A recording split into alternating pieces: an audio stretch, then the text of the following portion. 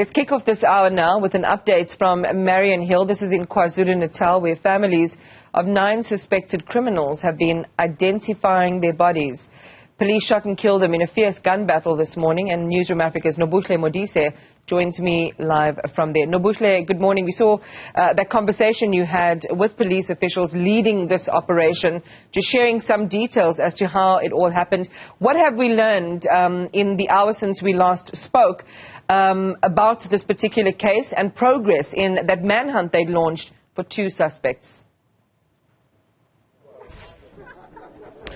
So, Iman, I've been speaking to some community members, and also quite fortunately I managed to speak to a family member off camera just before she had to go and identify the body of her son. And she was explaining to me that the house where the shooting actually took place was her ex's house where her son was residing. She was living at a house just up the road from here, and he was staying there, and one of his cousins from Umlazi had come to visit him. And so she was explaining to me that the cousin is the child to her sister, and he was here visiting, and he has died in the crossfire, saying that he died basically for something he knows nothing about. But she then further explained that her son, she's been cautioning him about, mixing himself with the wrong crowd. And she was mentioning something that, still needs to be verified. But she was essentially saying that the people that were at the house at the time are friends of his from an area in Chatsworth where they've been sought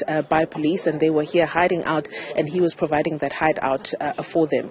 That's the information that she gave me as a parent. But as I was about to get into more detail about what exactly took place and how she feels as a parent that her child was involved, in crimes that involved terrorizing the community, and she was saying that she was trying her level best, to talk to him about, mixing with the wrong crowd. And as we're about to continue our conversation, she had to then go down and identify her son, and unfortunately he was there, and we could no longer continue with the conversation. But let me bring into this conversation the CPF of Mariannhill, the chairperson for the CPF, Mr. Dawud Chirwa, and just speak to him about the happenings in this area. I understand that some of these houses around here are actually vacant. There's no one here, and it speaks to the level of terrorizing that these boys have been doing to the community members here, because some people are left to move out. Some have been forced out. There's also community members were also saying that sometimes these young boys go as far as taking them out of the house and saying if they want to come back in, they would then have to pay a certain fee. So those are some of the things that are coming out from community members. But I do have Dawud Chirwa here, who's the chairperson of the CPF in Mariannhill, and let's speak to him about the element of parents. Like I mentioned, that I spoke to a lady whose son was unfortunately one of the deceased in that shootout, and she was mentioning that she had been cautioning her child about involving himself with the wrong crowd. Speak to us maybe about the ages of these young boys. It's now coming out that things here, gang members here are as young as 16. All the way up to 20. Speak to us about, what are some of the things that you are seeing here, especially from these young boys that are said to be gang members and terrorizing the community. As a parent, I will speak from a perspective of being a parent before I become the chairperson. As a parent, we always think for the best for our children, but it happens they get a lot of influence from their friends. Especially what you just mentioned, the information we have gathered from one of the community members. I mean, it is something that we have to look and identify the root causes and assure that at least we meet those parents halfway. But because of the level of crime that was happening in this area, there was no communication at all. Each and everyone did not trust anybody. In terms of discussing what is happening around here, because you'll never know. You might say something and you are the next that will die.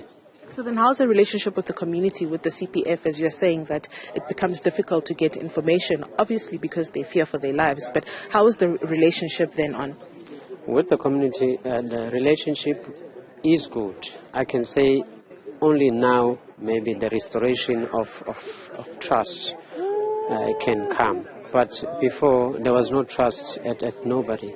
So there was no communication. It was just these young people doing their thing the way they like. But also I must thank the police, because the police whenever anything occurs around here, they will investigate and arrest. But it happens that some of them were on the run, then they couldn't get them until now, because I mean it's not only these youngsters from this area, others are from other areas, you name it, Hammersmith, Chatsworth, but once they do something on that area, they come and hide here, and they will carry on doing the same thing or what was they were doing on that other area where they come from. Perhaps take us into some of the violent crimes that were taking place here that have seemingly led to community members also being unable, to express themselves about the level of crime. The crime codes I may mention was the house robberies, rape, common robberies, assault GPH, mostly was murders. That, as you can see, the houses are vacant simply because some of them were not forcefully removed from their houses, but fearing for their lives. Yeah, and you'll never know whether your child is involved in these things. Then you think, oh, maybe these gangsters, others of which they are their opponent, they will come and attack me with my kids. So I rather move away from the area. That is the situation. But murders, there were a lot of murders in this area. Thank you very much. That is Dawud Chirwa, who is the chairperson of the Mariannhill CPF. Perhaps let me try and speak to the police again, Mr. Colonel Robert Nechewunda, about that manhunt that's currently taking place, just for him to give us an update on how far they are with that manhunt. You're live on Newzroom Afrika once again. Just speak to us how far we are with, the manhunt with the two suspects that are missing. It is still early stages to talk about how far we are, but the team is out already. At least we know that we've got two people, and we know by now who we are looking for. And we suspect that they are armed with a rifle, could be more firearms. So the team is on the ground. We are searching for them. We are following some leads. All right, so does this mean that they were coming from this house as well when you were looking for them? Did they escape from here, or they are just part of that 9 that happened to be here? We did not see anybody escaping from the house, so we believe that they were not part of the group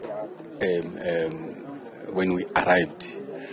But a day earlier, and we knew that the team is about 11 suspects. And our intelligence was so strong that when we arrived, we found at least 9. But the 2, for now, we are searching for them. We don't know where they were. Maybe we could have arrested them if they were here. But the fact that they were not with the rest of their group suggests that they were somewhere else. Maybe they were out somewhere doing some crimes. We don't know. But safe to say, our team has got intelligence that they are following. And we believe that just a matter of time before we arrest them. Thank you very much. Colonel Robert Nechewunda from the police, just giving us an update on those 2 suspects who are still on the run. And you heard him there say that they're heavily armed. Members of the forensic pathology are still combing the scene and they're still busy, but the bodies have been loaded up and have left Mariannhill. Nobuhle, thanks for that. And how striking it was, that interview that you shared with the mother of one of the deceased, just her anguish of the route that her child has taken insofar as what she has shared with you.